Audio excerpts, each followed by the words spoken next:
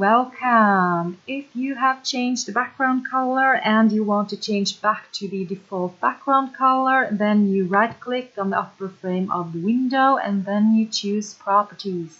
And then you choose Colors and then you choose Screen Background and then you choose 1 for red,